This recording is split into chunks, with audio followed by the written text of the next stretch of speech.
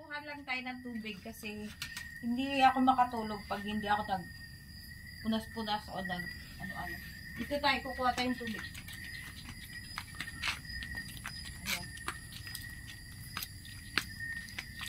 Ayan, kahit kunti lang. Ay, marumi pala siya. Kaluka naman. Ay!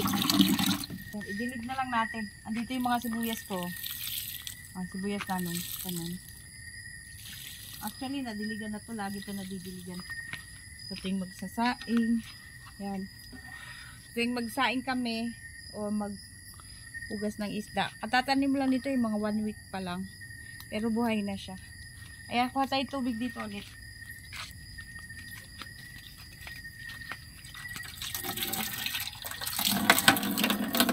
Ayan, tapos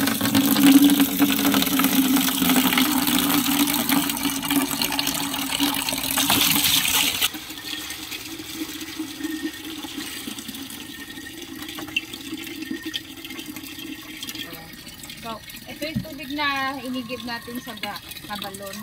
Igib ako, ay kami pala, ng asawa ko kaganina. At saka nung kahapon. So, ito yun. Hindi naman kami maksaya sa tubig masyado kasi dalawa lang naman kami. Tapos, mayroon namang balon doon sa baba nga lang.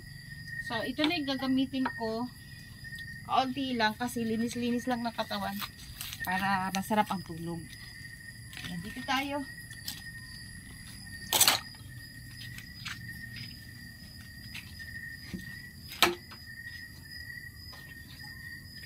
Ayan, tapos dito na lang muna ako magano.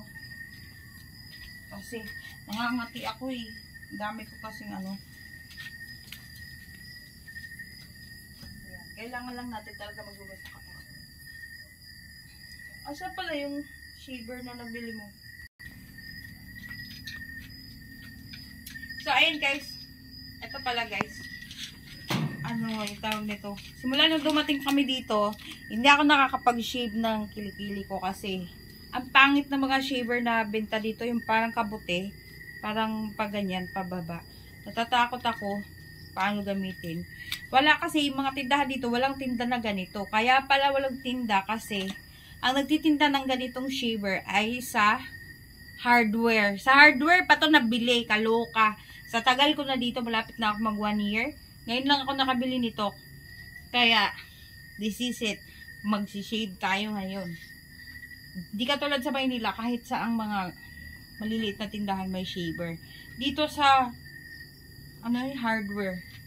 Sa hardware pa talaga ha.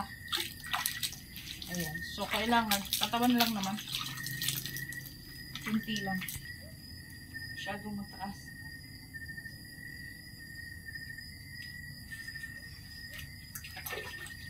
Dito na tayo para siyempre, unahin muna natin yung pag-shave ano. Kasi ang tagal-tagal ko na hindi nakashave. Ay ka dito. Mag-shave tayo. Saan na yun? Ay. Ayan. So, paggabi pala, ang ginagamit ko na sabon. Paggabi, ang ginagamit ko na sabon, kasi nababanguhan lang talaga ako nito sa Bioderm. Pag naghahabat ako sa gabi, ang ginagamit ko, Bioderm. Ayan. Wow, finally, after almost 1 year, ngayon lang ako makashave ulit. Luka. Tagal. Ay, masyado. Layo-layo na ka. O, diba? O, ha? Tapos sa isa.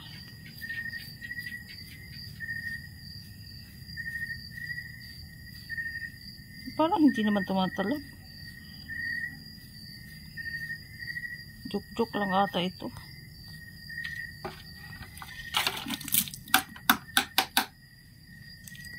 Ayan.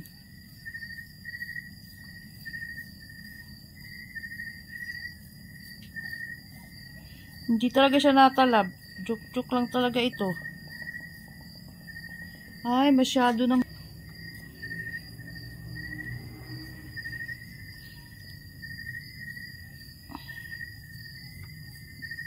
Nako. Piki ata to.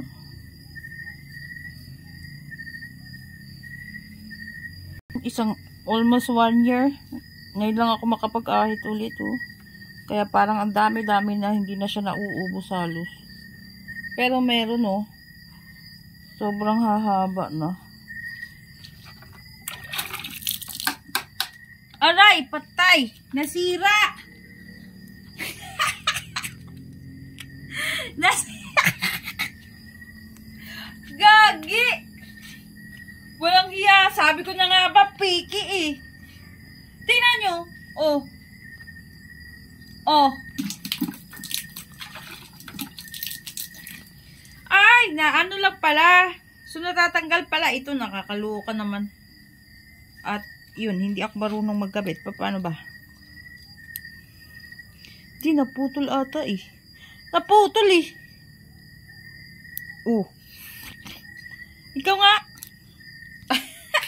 Ayan, nakabit na. Naaano pala siya? Tumalsik kasi kala ko sira na. So, ito yung first time namin. Second night pala namin to dito, guys. Ayan. Ayan, okay na yan. Natatakot ako, baka masugat eh.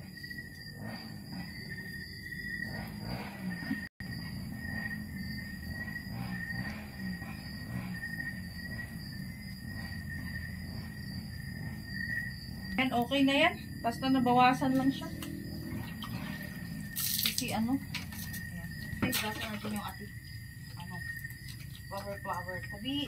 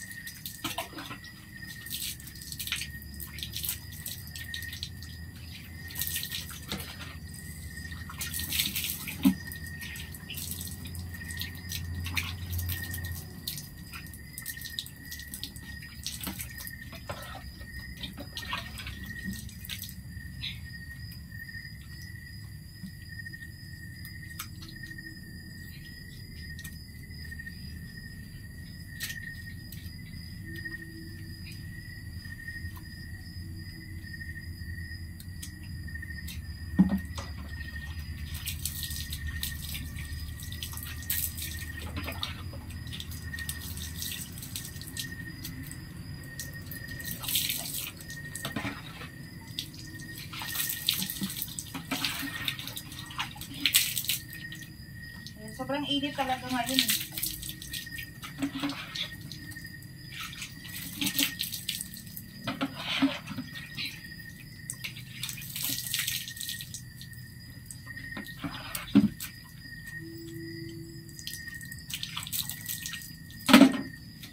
Okay na yun, mga ganun-ganun lang.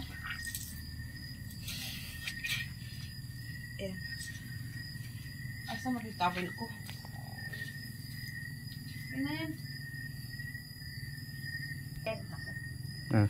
Ayan. So guys, ang dumi ko oh. Ibig sabihin, marumi ka talaga. Kasi guys, dito sa amin ngayon, parang ano, kasi nung January, March hanggang April, ulan ng ulan. Ulan ng ulan dito sa amin. Laging umuulan. Dapat summer yun eh. Pero ang nangyari, ulan siya ng ulan. Tapos ngayon, nag-start nung May, June, July. Tapos mag-August na. Sobrang init dito sa amin. As in, sobrang init talaga. Kaya, parang nabaliktad. Instead na tag-ulan na dito. Kasi parang same lang ng ano dito sa Cavite. Ang nangyari, sobrang init. As in, sobrang init talaga, guys. Kaya, hindi pwedeng hindi ka mag-half bath sa gabi pagpapatulog kasi maano talaga, mainit.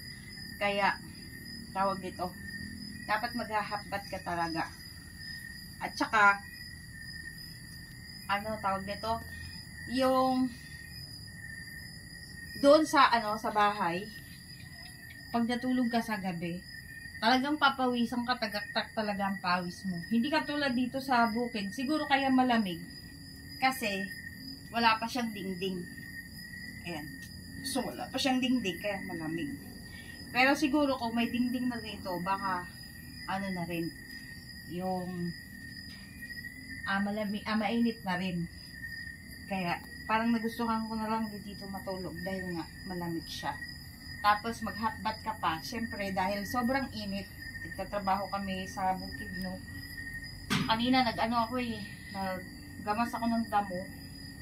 Kaya sobrang init. So, kailangan natin maglinis ng katawan. Lalo na ako, dahil kahit yung skin ko ay, mahirap lang ako, pero yung skin ko napaka-sensitive. Kahit ang itim-itim ko na ngayon, pero tinutubuan pa rin ako ng mga, tinutubuan pa rin ako ng mga kati-kati. Kaya, dapat talaga, maglinis talaga. Ganun. So, maitim na ako ngayon kasi lagi ako nabilad sa araw dahil nagtatanim ako. Pero yung skin ko, tinutubuan pa rin.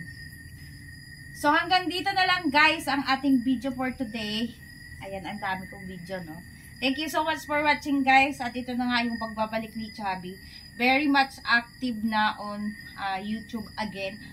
Ayan, so please support me on my journey on this channel. Thank you so much for watching. And please hit the notification bell if you are not yet subscribed. Please subscribe. And please hit the like buttons and share to your friends. Thank you so much for watching. Bye-bye!